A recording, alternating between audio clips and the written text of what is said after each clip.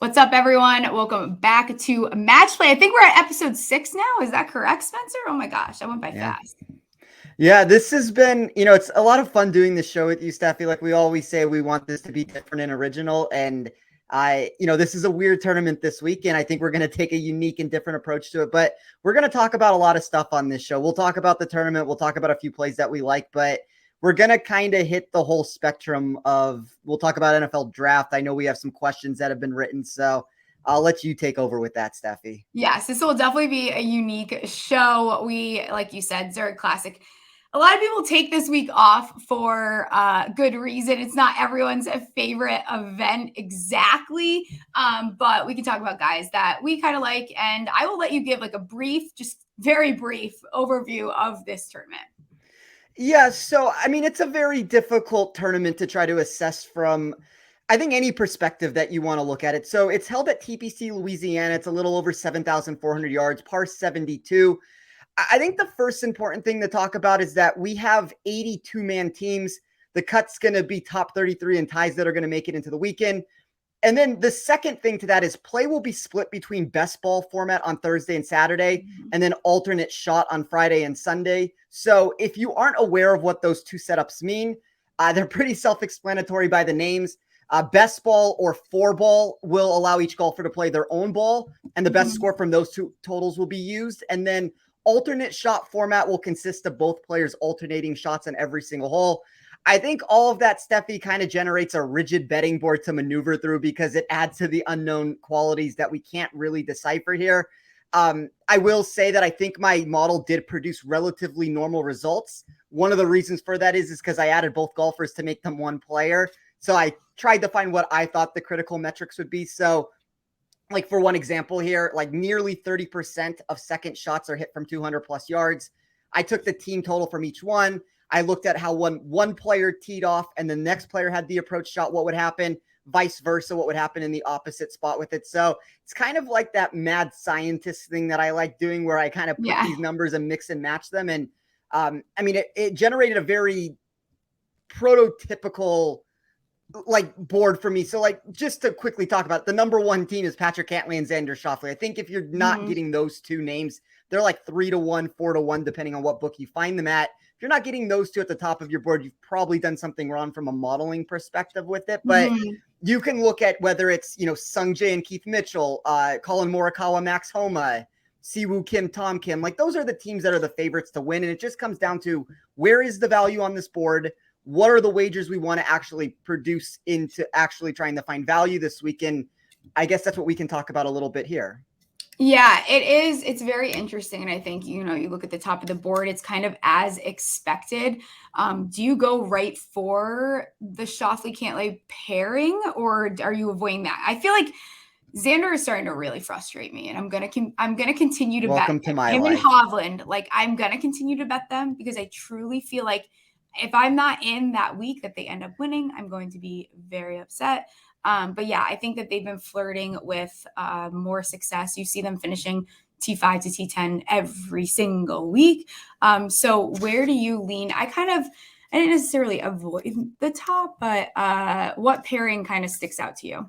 I mean, Stephie, I have to tell you with the Xander answer here, I played this game for like 3 years and I never hit an outright wager on him. And if you look at so I used to run my model and I would have a section of it where you could see how much money I was up or down on a particular player. I had lost so much more money on Xander Schauffele than any player on tour because every single week I kept finding these reasons to back him at, 25-1, 30-1. And I eventually quit. And unfortunately, I kind of got sucked back in a few weeks ago and I've taken him the last couple weeks and I'm going to sit out for the time being. I'm not going to bet him at 3-1. I think Patrick Cantlay and him are the best pairing of almost any two golfers that you could put together for a specific event like this. We've seen it in the Ryder Cup. We've seen it in the President's Cup. We've seen these two players be able to play in these team events really well. So they are the favorites to win. There's no doubt about it. And I think because they are the favorites to win, it makes it an awkward betting board to try to maneuver through this week. To me, it comes down to exposure of how much money do I actually want to have into this event. And I'm not going to bet a 3 or 4-1 golfer in any situation to ever win it. It just doesn't make sense to me. So one of the things I do is I usually bet to win 8 units on an outright wager. I'm bumping everything down this week. I'm going to be betting to win 5 units on any of these plays. And the first team that I ended up backing would be Sung Jae Im and Keith Mitchell at 13-1. I believe you can find 14 the ones out there if you really search around. Yeah. So I'll just, why don't we just do like a quick smash or pass? Perfect. I feel like we've done that every week and it makes it easy. So I'll start off here with Kitayama and Montgomery. They're looking at 24-1. So yeah, kind of up there a little bit, but they're both top 25 in the field in strokes gained putting on Bermuda greens this season.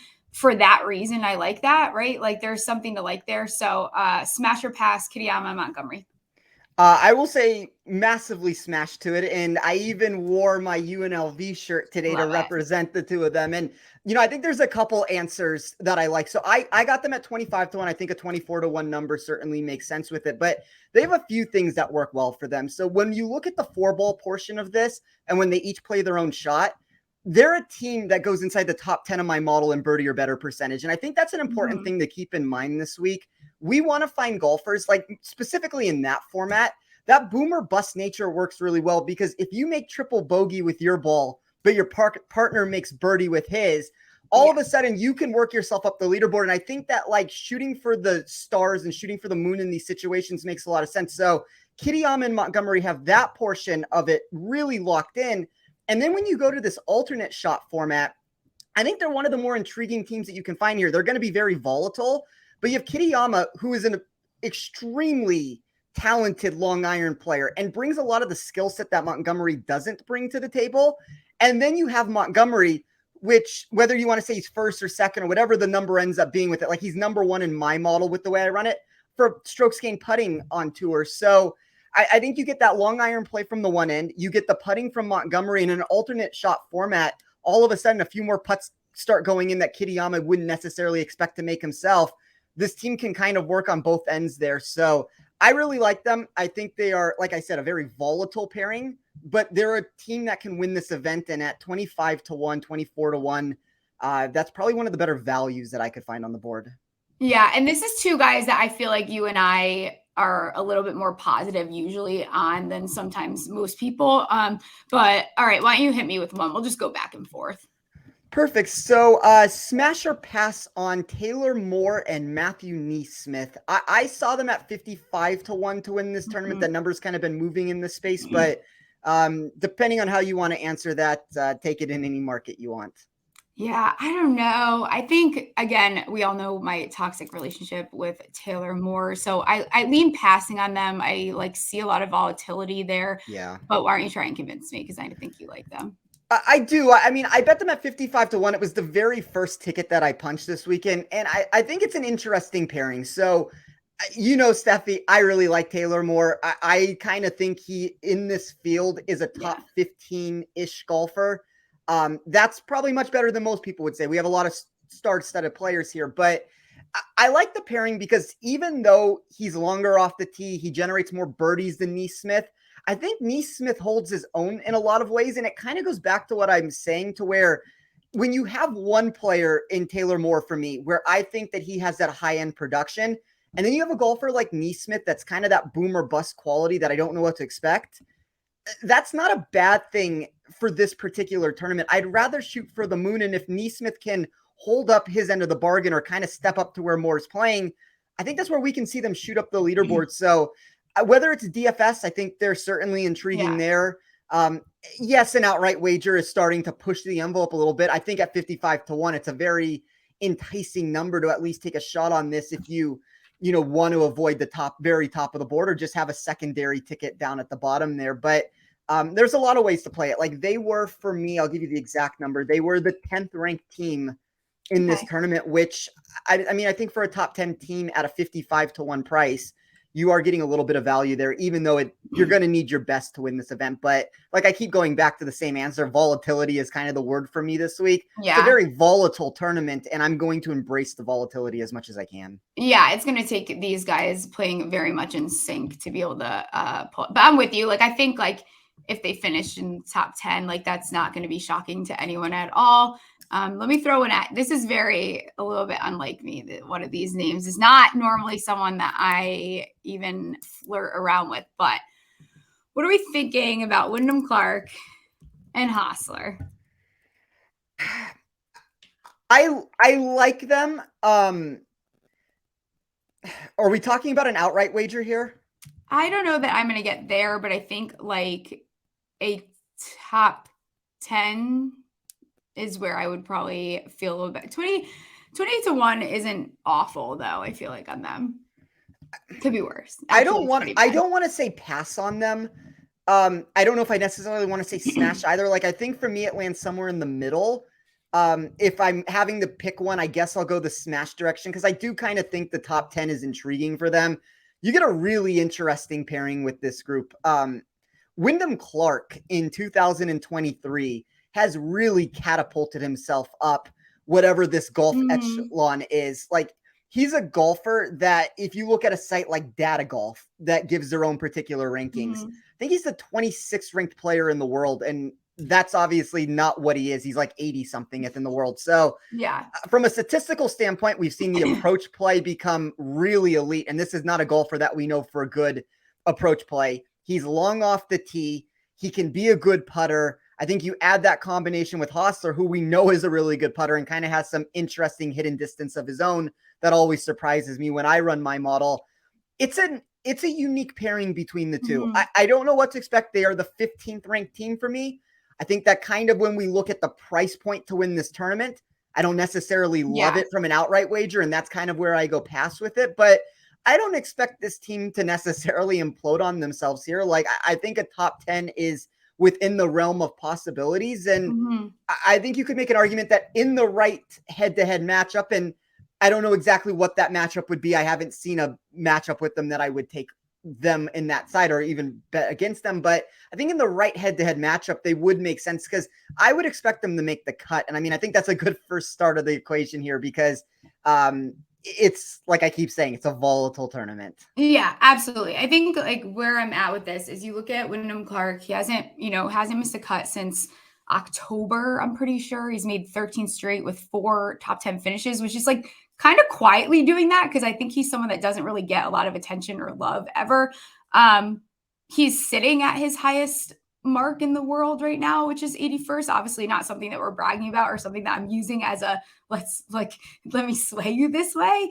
But I think you're seeing Hustler 2 kind of get into, pick up a little bit of momentum. Like his last 2 cuts, he's looking at T31 and T46, playing a little bit better now. I think, the two of them too, they're in the top 16 and par 5 scoring from 550 to 600. So that's where I think I start to like them because I think, again, though, we're going to say volatile a million times. So we should probably run through these quicker before everyone's like, we get it. It's a volatile course. It is. But I think being like a top 10 is not necessarily out of the equation for them. But why don't you throw the next one to me? Yeah, just add one thing very quickly to that. Like, so you said he's 81st in the world, and just going back to the Data Golf ranking that I was throwing out there, they have him as the 24th best golfer. I mean, that's ahead of the likes of Ricky Fowler, Tom Kim, Justin Rose, Keegan Bradley, Taylor Moore for me. Like, those kind of that range that he seems to be in right now. Yeah. So I do think he is a golfer that is ascending up the ranks. Like the 81st place rank is not indicative of what he is as a golfer. And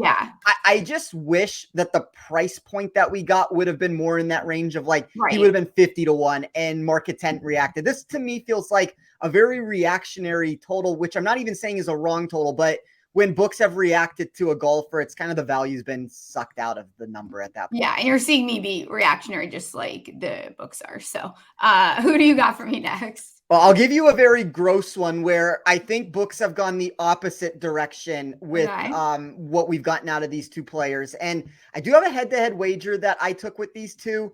Don't know if you're going to love it or you're going to hate it, but just on the surface, and then I'll tell you the play, smash or pass on Tom Hoge and Harris English. I can't quit him. I don't know why. I can't quit him, though. So definitely smash. I actually like this pairing a lot. I do too.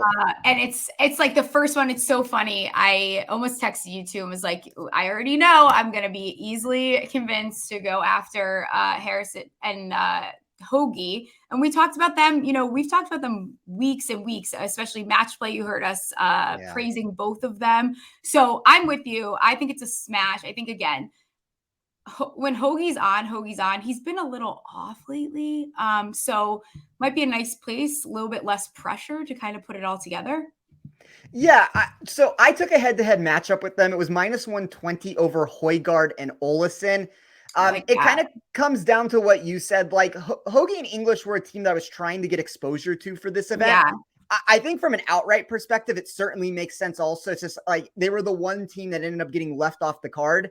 I don't have a problem with anybody who wants to bet them to win this tournament, even because I do think that they have that upside potential to them. But really the way I like playing it is Højgaard and Olesen are two golfers that have a wide range of outcomes, like even a wider range of outcomes than Hoagie and English will here. Yeah. And you kind of touched on it. I know the recent consistency from Hoagie and English, it's going to leave a ton to be desired. But in my eyes and in my model's eyes, it's also generated this value inflated opportunity to grab a team that does rank inside the top 10 of my model for expected production.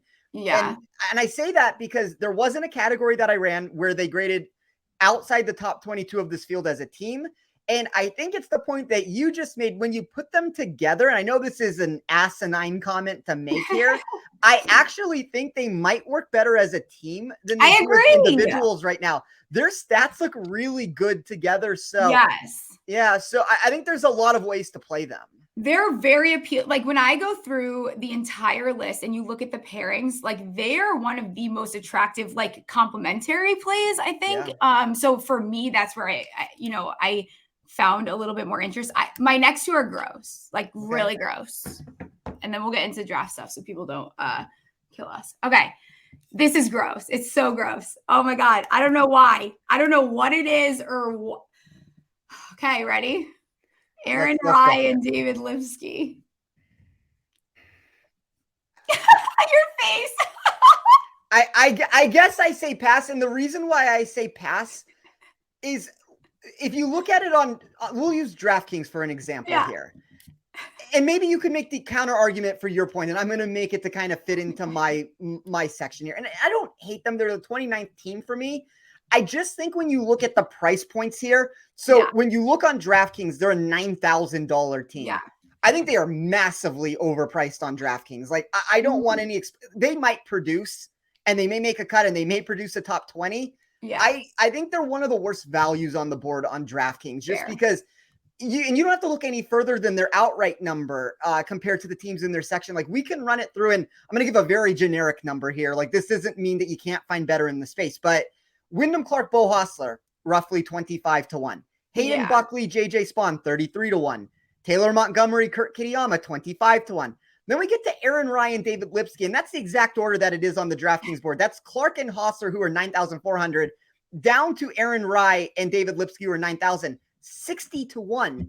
And you can even make the same argument as the teams lower than them. Joel Damon, Denny McCarthy, that's 8,940-1. So I think there's a misprice there, and I haven't seen a reduction in ownership. So from a DFS perspective, it's a pass for me. Okay. I think from an outright betting perspective, now all of a sudden, if you actually have belief in the team, you are getting that inflated number, quote unquote.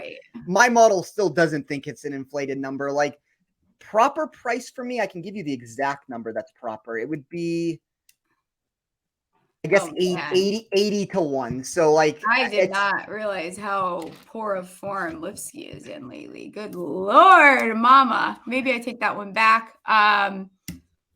I have just talked myself out of them. I think, they finished T4 last year too. They have experience playing together. There's some stuff to like about it, but no, I honestly forgot how truly crappy Lipsky's been playing.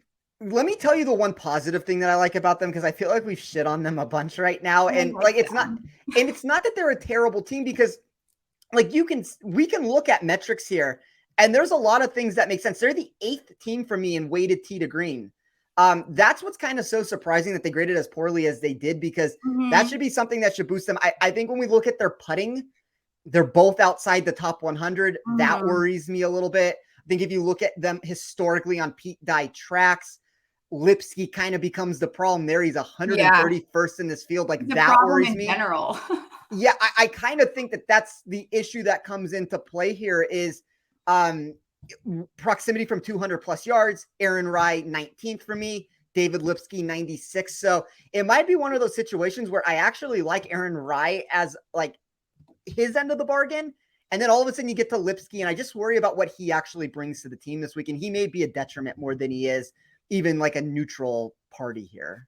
Oh, yeah, that's fair. All right, I'll give you one last one, and then I don't even know if I really love this one. I'll let you wrap it up. I was gonna throw out Stevenson, McGreevy, but now we're just being ridiculous. I think that I like their top 5 odds, and I think that it gives me a little bit of faith. Stevens has been like weirdly playing well as of late. Yes. Yeah. Which is a little bit, it's not surprising because that sounds mean, but he really like couldn't have asked for a better start as far as like his rookie year goes. And Max McGreevy is another guy, just like a Neesmith. Like I have weird soft spots for these guys. McGreevy is one of them. But he's also like a massive liability here. So he, his form is awful also. Like talk about another guy that's in really, really shit form. So don't feel great about it. I think top 5 though is interesting. I probably would flirt around with that. Who else do you have? Well, that's always the interesting thing here, Stephie, is, and I think you named 2 teams where you get that answered kind of in spades here. Yeah. When you can get the one end, whether it be an Aaron Rye or a Sam Stevens, where you do have that. I mean, I think they're better than just upside golfers. I think they're actually good players that can produce here. But when you put that wild card next to them, if a guy like McGreevy or a guy like Lipsky can actually produce, all of a sudden, that's how that team can make a run if they can just match what their partner's doing. And that's what makes it such a tough event to handicap, because I don't think those are answers that you can necessarily quantify when you run numbers. And it's going to look bad for the Stevens McGreevy team because McGreevy is going to tank them into the ground on any of the numbers. But like, I like Stevens' numbers. I think he's a very good golfer that, as you kind of said, this is about the best start you could have asked for him for his PGA start of his career. So I don't know if I'm going to get there, but I do understand the intrigue that you have there. And I guess the last one I'll throw out, and we'll continue this just gross trend that we're on right now. Yeah, we always tend to do this. Yeah, it just continuously gets like worse and worse. Gross smash. It's like super inappropriate, but yeah. It's the new segment. Yeah, exactly. Brendan Todd and Patton Kazire. Yeah, I mean it doesn't get much grosser. Now we're really I don't know. I don't have strong feelings either way. Like DFS wise, probably intrigues me a little bit more than like feeling very confident to give like tons of money dedicated directly to just them. But you normally have really good explanations and I normally get swayed. So why don't you sway me right now? Well, for DFS, I think it's leverage above anything else. Yeah. They're a team that's in the $8,000 range, where I think any other team that you look in that $8,000 range, for the most part, I mean, there's a couple that will be lower, but you're looking at 10 to 25% ownership on most of these names. I think ownership in general is a really tough nut to crack this week, just because it's hard to get it correct when ownership is being run on 2 players. You kind of have to run aggregated totals and figure out where they're at. I do expect Kazire and Todd, though, to be less than 5% owned. So I think from a leverage situation, it's a really nice spot for them. Todd kind of has that Wyndham Clark, like not the same style of game, but that same trajectory in 2023, where the numbers specifically for this year is showing a different golfer than we have seen. I mean, I know he's won multiple times on tour and he won back-to-back starts there like a couple years ago, but I think we're kind of reaching that level to where Brendan Todd is producing as if he's a top, 40-ish golfer in the world. And not so sure everybody would agree with that necessarily. And then I really like putting him next to Patton Kazire because he's the ultimate wild card. Like in an event where you need a wild card partner, I think Kazire is a lot better than a lot of these names that we're talking about. Like he's better than David Lipsky. He's better than some of these golfers. And I think anything can happen with him. But like when I run this from a metric standpoint and I threw them together as a team, they're the 9th team in this event in expected birdie or better percentage. They're the 11th team in overall rank for me. So those are 2 like really massive numbers compared to consensus out there.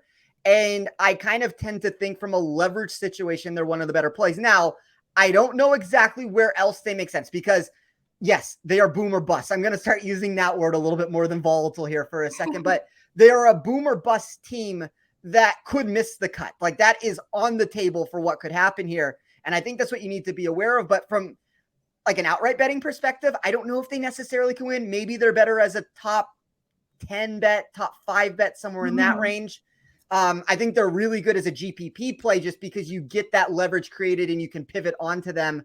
I think there's a couple teams in this $8,000 section that make a lot of sense, but I think they are like the erratic case that you can make out of these teams here. But I don't know. It just comes down to trying to pivot. It's like, I like zigging when other people zag, and I try to find different answers, and I never want to land on that same answer that everybody's trying to go to. And we see that in the $8,000 section. Like there's going to be a lot of popularity around the same exact teams over and over again. And I just don't know that Aguiar and Todd are that much different. And it's kind of like a very similar answer to an extent that I gave for English and Hoagie. I think they're a really good pairing together. I think they match up well. I think their skill sets work. So I'm going to take a chance on them. I did put an outright ticket at 90-1. That might be pushing it a little bit too far. But at the very minimum, I think as a DFS play, as a team that you want to kind of close your eyes, don't look at the leaderboard, take a shot and hope that they don't go straight to the bottom of the leaderboard, because that is possible. And just know that there's top 10 potential on the back end of this. Yeah. And I'm glad you said that, because I think there really is. Like you look at even, Brendan Todd is in, like he's in solid, he's in fine form. Like he's had 1, 2, 3, 4 straight made cuts. And then, there was a couple there, but he had a T2 this year. And then you look at, what was I looking at with Aguiar? He's also like, he's very hit or miss is the thing. Yeah. Like it's either you're getting a top 10 from him and he's in like really great form, or you're getting like a miscut or a T70. Like I feel like there's a lot of like, there's no really in between with him. He doesn't have consistent results on tour. So, but I'm with you. Like, I think that this is a really good tournament to get like super creative with. And they're a solid option, especially like it's surprising to me that they rated out so well in your model, but it makes me feel more confident. Well, I just want to add this really quickly and then we can move on into wherever we're going next with this. Yeah. But I think really that answer that you just gave is kind of the thing that needs to be noted here. So, and I've already mentioned this before, Aguiar is a golfer. Yes, you are correct. He's either like top 10 of a tournament or he's missing the cut. That's technically, I mean, I know an alternate shot, you can run into some problems with it. Yeah. But in 4-ball, if he messes up and he puts his ball into the middle of nowhere and he makes triple bogey, Brendan Todd for me is a top 15 golfer for bogey avoidance. So I think Todd is going to be able to manage and solve some of those problems to where, when Aguiar completely screws them and takes them out of the running, Todd's going to be able to play safe golf and get in there with a par and they can move on to the next hole. And Aguiar is going to add this just out of control nature to where he's going to make birdies here, and those birdies are going to add up for them. So I think you get safety on one end. I think you get the high end upside with Aguiar, and I think you throw them together. They are a very unique pairing. Yeah. Should we do who's your daddies this week? Is this the route that we should go? Do we add it? Do we just do it for fun and not add it to our season long? I mean, I'm down so much money, Stephie. Like I can't. But maybe this is a good chance for you to come up on top. I guess let's do it, and let's keep the totals. Now, I want to say this, and I'm only saying this because I'm down so much money, and I want to point this out there. I think legitimately, and I don't think I'm exaggerating on this total, my players that I have picked from day one might be losing about 1 million strokes putting. Like Scotty last week, even though we didn't have a show, we did it on Twitter. What the hell was that? Like, I know Scotty hasn't been able to putt now for a couple of months, I guess, if you really want to get technical with it, but that might be the worst putting I've ever seen. You know what's crazy is, like, if he was putting even average, he would have won every tournament. Every tournament. He would have won. Like, that was so it was really that stuff. I think that was the first, like, tournament that I was genuinely frustrated with him. Like, I was like, what are you doing? You're driving me literally fucking crazy right now. Because I think, and I'm not a good putter. I feel confident I could have hit some of those putts better than he did. He would have won the Masters if he could have made a putt. Like, crazy. He'd win every single tournament. When I run my numbers and we just look at tee to green and we remove putting from the equation, he's like a quarter of a shot better than Jon Rahm, who is second. And if you take Jon Rahm being second and then you take a quarter of a shot down from him, it's like the 20th ranked golfer. Like that's the difference between 1 and 2, and then Rom to like 15 or 20 in my model there. So I don't know. I don't know what's going on with Scotty. That was a very disappointing performance, and that's what I feel like I get every single week with my players. So yeah, it's very frustrating. I think we should, though, to answer the question, I think we should do a one and done. I need the dollars, and I will let you go first. Oh my gosh, I don't know. You know what? I'll take Homa and Morikawa is what I'll do. Do you want to play it to where? I'm trying to figure out what's the best way to do this. Do you want to play it to where you just pick one name and you get both players, or do you want to? You have to take both. Well, let's see, because I think I've used Homa, right? I don't know off the top of my head. I could actually, yes, I definitely want to take Morikawa because this is probably the only I cannot imagine I want to take him the rest of the season. So I will take Morikawa, and if that combines with Homa, however we want to do it, I'll take Morikawa. Let's do you. By the way, you haven't taken Homa, but yeah, that makes more sense. Just take Morikawa, and I think that's the thing to note to everybody out there is if you are playing in a one and done contest that actually allows this. And I'll give an example here. If you, for whatever reason, wanted to take the Matthew Fitzpatrick and Alex Fitzpatrick team, take Alex Fitzpatrick. Take the bottom end of the player that you wouldn't want to normally take. So there's a couple ways to get you. Because I already know when I'm taking Homa, but I'm not going to tell you. But I do know when I'm taking Homa. Okay, go ahead. Can I guess? No. You can guess. I mean, the thing is I've already taken Homa, so I can't use him, but I assume you're taking him at the US Open. I am probably taking him at the US Open, yes. Yeah, it's probably a good course for him. I mean, we know historically what he's done at that course throughout his career. Yeah. So anytime you can put him in LA, anytime you put him in California, but specifically in the southern region, I think Homa is have I taken? I'll probably take Cantlay for that tournament, and that's going to be, and I'll burn Cantlay, and it never works for me. But for here, I will take Keith Mitchell. Okay. And I think that's a nice way. They're my top end bet to win this event, and I would rather save Sungjae Im for somewhere else. So it's kind of my way to get Keith Mitchell in there, and I think that they are arguably for me the number one team Xander and Cantlay. The number two team is actually Sungjae and Mitchell, and then the number three team is Homa and Morikawa. So I think we both took a very savvy route of taking the bottom end player of those two top